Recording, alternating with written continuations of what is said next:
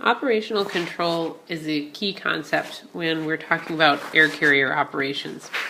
So you need to know the definition of operational control, and that is shown here. But let's talk a little more about operational control. What does that really mean, and who has operational control?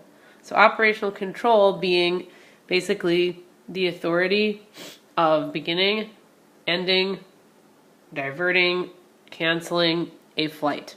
Let's talk about who has operational control of a flight.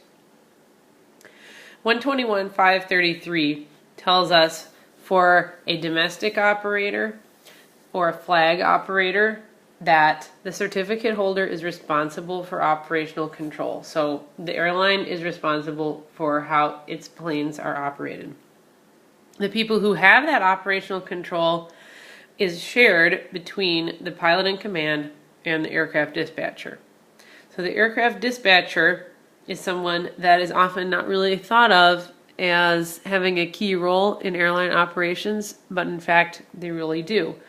And we all know that the pilot in command has a pilot certificate issued by the FAA, but the aircraft dispatcher, that person has a certificate also issued by the FAA. And the reason is because that dispatcher, in order to exercise operational control, that dispatcher needs to have the knowledge that the pilot in command also has. So the dispatcher is going to have to take knowledge tests and demonstrate his or her knowledge that it's exactly the same as the pilot in command. Because that dispatcher is responsible for preparing the flight release and consulting with the captain for each flight whether or not they think the flight can be operated with safety. So the dispatcher is also going to be monitoring the flights and canceling the flight if needed, giving the pilot the information that's needed for the safety of flight, and restarting up a flight, so redispatching a flight if it ends up going to another airport, like for a diversion. So let's talk about this in real life. Here's the terminal at Los Angeles International Airport, Western Airlines. This is in this this has to be in the 70s. I see a DC-10, two of them there. And this terminal, upstairs were all the gates, you can see those, but downstairs there was flight dispatch. And so here, let me tell you a little story about operational control.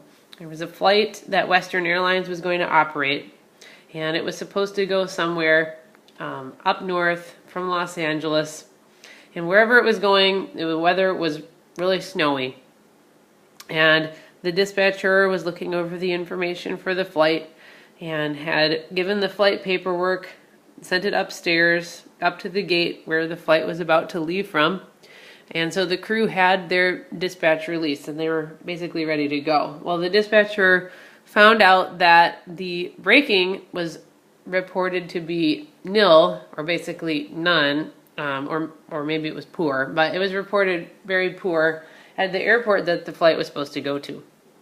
So the dispatcher called up to the gate to talk to the captain, and talks to the captain, and the captain takes a look at the weather that the dispatcher has sent and says, I think we can operate this flight. You know, they'll probably have it cleared off by the time we get there. I think that they can operate. So, well, we're just going to just go and we'll try it. And the dispatcher, he did not agree with this. He put down the phone, ran upstairs after he told the pilot, no, you can't go. I don't recommend that you go. You're not going to go. The pilot still said he wanted to go. So the dispatcher put down the phone, ran upstairs into the terminal, down the jetway, gets in the airplane, in the flight deck, takes the flight release paperwork, and tears it up right in front of the flight crew and says, no, I told you you're not going. I'm not dispatching this flight, and that's me exercising my dispatching authority. So, and this is a true story that was told to me by another person who's basically chronicling the history of dispatch. It's a pretty extreme example. Usually the dispatcher is not going to have to use that much force, but this was back in the 70s, and the pilots were much more into their positions of authority at many of the airlines than they are now. Now I believe that the pilot would definitely listen to the dispatcher and have a serious discussion about this and not just override the dispatcher. But this dispatcher was exercising his authority of operational control, and he was preventing the pilot legally, he can do that, from beginning that flight due to the braking action issues. So let's talk a little bit more about that operational control. So once the flight is airborne, the pilot in command is responsible for the crew, and the pilot in command he has full authority over the aircraft, even to the point that if there's, let's say, a flight engineer with a certificate from the FAA, if that pilot doesn't have a flight engineer certificate, or if, for example, the flight attendants, they have certificates issued by the FAA, the pilot in command still has authority over those flight attendants, even if he or she does not have a flight instructor certificate. And then major differences between domestic and flag and supplemental operations. With operational control, it's shared between the director of operations and the pilot in command.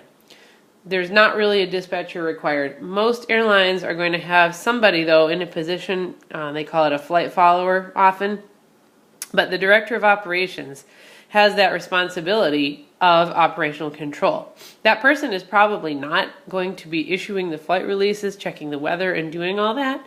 They are allowed to delegate their authority, but they are still responsible for operational control. So that director of operations is going to need to be able to trust the people hired to do this work for him or her.